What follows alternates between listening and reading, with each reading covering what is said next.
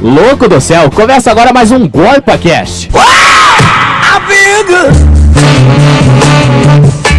Fala galera, tá no ar mais um GorpaCast da Editoria de Cultura Pop. Eu sou Camila Maciel. Eu sou Sandy Pokizuki. Eu sou Tainá Godina, estudante do quarto ano de letras. Bem-vinda de novo, a sócia proprietária do GorpaCast. Falou de literatura, a gente traz a nossa amiga aqui. Tô aqui pra isso. Exatamente, a nossa especialista do assunto. Especialista, né? Diretora entendida do assunto.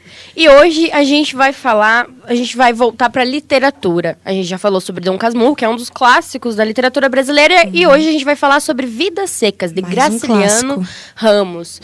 Muito bom. O que você tem a dizer sobre esse livro? Tenho a dizer que é mais um clássico, leitura obrigatória para todo mundo conhecer o seu próprio país e, por exemplo, poucas pessoas têm a oportunidade de viajar para as partes mais remotas do Nordeste e com esse livro você simplesmente viaja para lá e conhece o que você nunca conheceria. Conhecimento geográfico, né? Eu vou deixar o meu protesto aqui já de início, que todo mundo reclama que, porque tem muitas obras para ler no vestibular e coisa arada, mas é justamente por isso. Eu acho importantíssimo que as pessoas leiam aquelas obras que são indicadas para o vestibular. Essa é uma delas e ela é muito legal. Se não for só... não for pelo menos pelo vestibular para você ler. Leia pelo conhecimento de mundo que você vai adquirir. Porque Vidas Secas é obrigatório para qualquer pessoa que se interesse pelo próximo. E igual a Tainá falou, do próprio país. E como a Camila falou, conhecimento geográfico também. Empatia e geografia. Exatamente. Isso. A Vidas Secas é do Graciliano Ramos e é uma obra que retrata a vida sofrida de uma família no sertão nordestino. É muita miséria e é bem pesado a história. Os personagens são densos. Os personagens são construídos de forma a mexer com você. Mexe muito, mexe com o teu psicológico. E faz você pensar que a vida... E realmente o que acontece. Faz a gente pensar que a vida é muito além disso. Eles são negados uma coisa que é normal para nós aqui mais pro sul. Eles são negados chuva. É uma coisa normal. Quem que é negado chuva, gente? E para eles é uma coisa que quando cai do céu e é maravilhoso. Toda aquela alegria porque choveu. É uma narrativa... É como toda a literatura brasileira. Uma literatura mais antiga, né? Você vai ter que parar um pouquinho, vai ter palavras que você... Mas, gente, vale a pena. Vale muito a pena. A narrativa do livro é dividida em 13 capítulos. E eles podem ser lidos separadamente, exceto pelo primeiro e pelo último. Que, no caso, conta o começo da história e, no caso, o final, que é eles saindo e se mudando novamente. Respectivamente, os capítulos Mudança e Fuga. Exatamente. A história é tão interessante, a escrita desse livro é tão interessante, porque ele pode ser lido no normal, do jeito que a gente lê do começo para o fim, e pode ser lido do final para o começo. Porque, para eles, cada fuga é uma mudança e cada mudança é uma fuga. Então, pode ser lido de frente para trás ou de trás para frente. Ele não segue uma ordem cronológica na vida deles. É sempre contando o que eles passam, as coisas que tá acontecendo com eles. Os personagens são poucos e muito bem trabalhados. Extremamente bem trabalhados. Primeiro eu vou começar pela baleia, né? Meu Deus do céu. O melhor capítulo do livro, deixe-me dizer. O melhor capítulo do livro. Baleia. É pesado, é triste e mexe com você. A baleia é um cachorro, gente. É a cadelinha. É a cadelinha.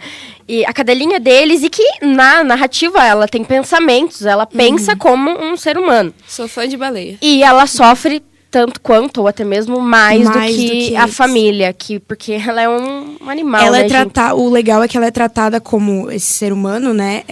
Uma das características do livro é a personificação dos animais e a animalização dos humanos. Sim. Os humanos à procura de água como se fossem animais e ela com pensamentos humanos, sendo tratada como uma parte da família, um membro da família, como nós tratamos nossos pets. E ela retrata como se fosse, eu não sei o que a Tainá pensa sobre isso, poderia falar mais um pouco, como se fosse os pensamentos da baleia, como do Fabiano, que o Fabiano é o dono dela, no caso o pai de família. Como se os pensamentos da baleia retratassem o que ele está pensando também. Isso. Essa coisa que a Tainá falou, de animalização do ser humano. Porque, assim, o Fabiano, ele é muito apegado à baleia, apesar de não parecer. E, assim, o Fabiano, ele tenta não reclamar na narrativa, a gente percebe isso. A mulher dele tem o sonho e ela reclama, os filhos têm o sonho e sentem falta. O Fabiano, ele se mantém mais calado naquela posição de pai de família que tem que suportar tudo.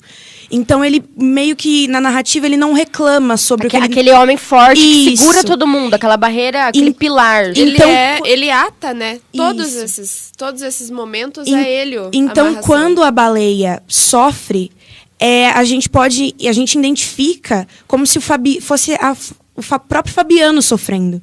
Porque como ele não fala do sofrimento dele, o sofrimento dele é retratado no animalzinho que ele tanto ama. Sim, e quando a gente fala do sofrimento, é que realmente era muita miséria. Questão de eles não tinham o que comer, a família, no caso, eles trabalhavam para um fazendeiro, como era o nome dele? O patrão, no caso, ele é retratado como patrão.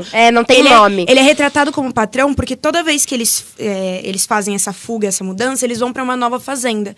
Então, quando uma fazenda fica sem água, eles têm que partir para trabalhar em outra fazenda. Então, esse patrão é mais uma entidade. Toda vez muda a pessoa patrão, mas ele sempre sempre a mesma. Ele sempre tem sempre um patrão. Essa pessoa que é desonesta e que explora os empregados. Isso. E o livro também, ele faz o ciclo. Por isso que a gente falou, do começo, é bom ler nessa ordem. O que se chama Mudança, e o último que é o Fuga. Que se fala do ciclo que eles sempre viviam, de ir até uma fazenda, e quando a fazenda ficava sem água, precisavam se mudar e achar outro lugar. Apesar de pertencer à fase regionalista, eu me identifico muito no naturalismo. Justamente por essa questão que você falou da animalização, mas também pela caracterização do espaço. Que ela é muito bem feita, muito bem construída. Ele faz muita questão de retratar. Eu acredito que o Graciliano Ramos tinha a noção de que essa obra seria lida no Brasil inteiro. E que o Brasil inteiro não tem noção de como é o Nordeste. É uma obra para chocar. É uma obra... Gente, vale a pena. Até hoje, né? Pouquíssimas partes do Brasil têm esse conhecimento e é por isso que ela é tão relevante, né? Para nossa cultura. E aí ele escreveu com uma necessidade de caracterizar o local do mesmo jeito que ele caracterizava os personagens.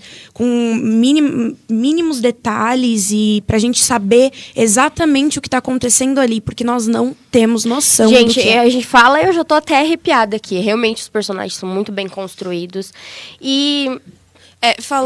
desculpa interromper aí.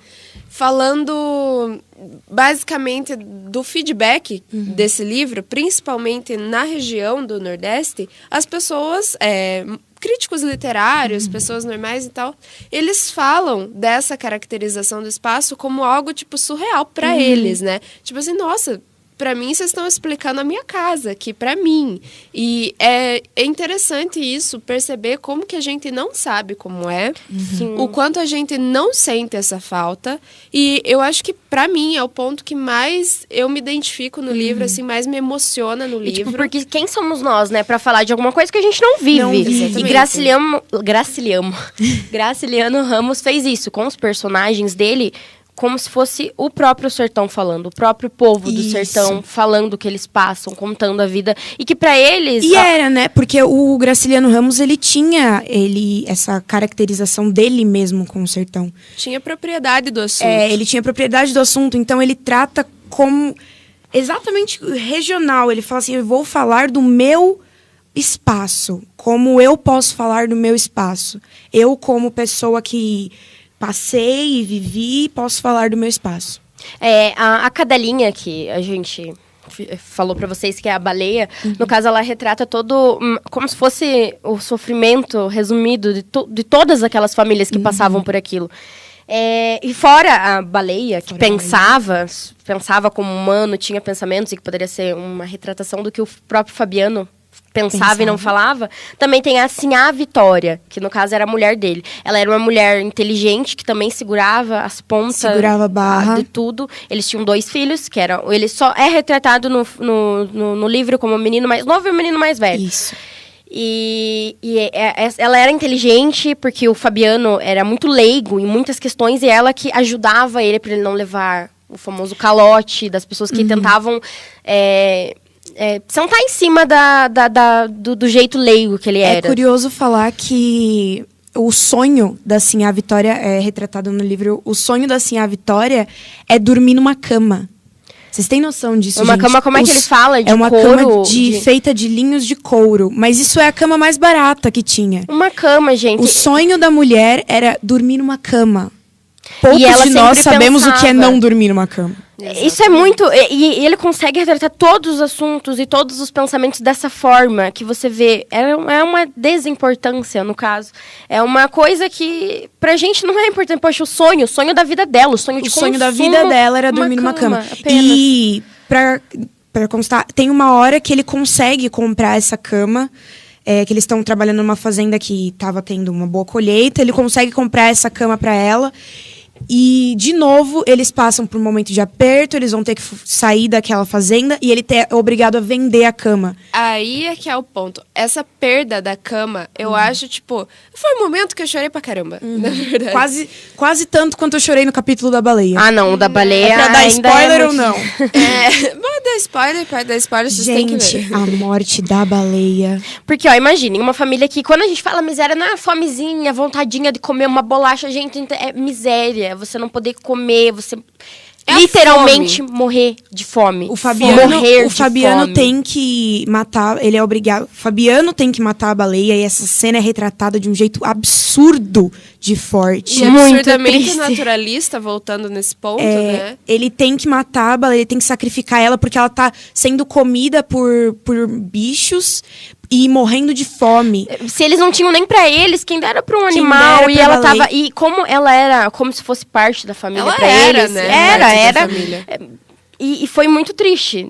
Muito triste. O pior... Eu não consigo entender Gente. como o Graciliano Ramos teve a capacidade de escrever daquele jeito cruel, Gente, tapa na cara. O pior é que ele vai sacrificar a baleia e ele erra. Ela sai correndo com o susto da arma, com uma bala na perna, e a morte dela é descrita de um jeito como se ela fosse pro céu dos cachorros e lá tinham várias... Como é que é o nome? Aquele alimento que ela... um tipo de coelhinho, eu não vou lembrar o nome agora do bicho. Coelho. É tipo um coelhinho que ela adorava caçar. E lá tinham vários pra ela poder caçar e comer. Ai, gente. E aí ela volta e sente toda aquela dor, e a dor da baleia é retratada como se fosse um humano morrendo. E a dor do sertão, essa coisa deles quase morrendo de fome, o que realmente as pessoas morriam de fome. E ele teve que sacrificar a baleia. Trazendo a informação aqui, o animalzinho é preá. Preá, isso, preá.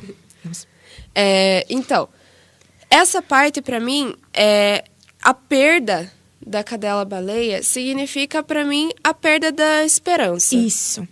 É isso, porque a baleia começa a povoar os pensamentos dele, ele não se sente em paz com essa situação, né? Ele não se sente em paz por ter feito aquilo, e depois ele não acha a baleia pra terminar o serviço e ela morre em agonia. Definhando. Um dos meninos, dos filhos, era o mais novo ou era o mais velho que queria as palavras?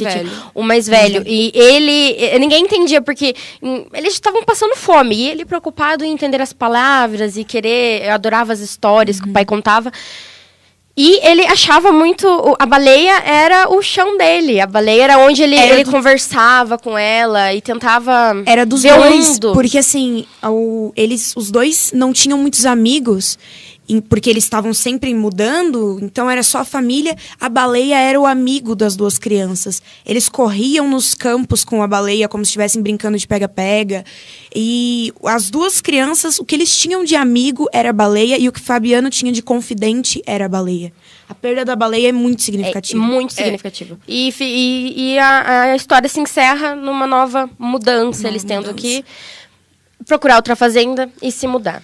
Leiam, vale muito a pena, de verdade. Muito a pena. A gente deu os spoilers aqui, mas não é nada comparado com o que vocês vão sentir. Esse é um livro que faz as pessoas sentirem felicidade, tristeza.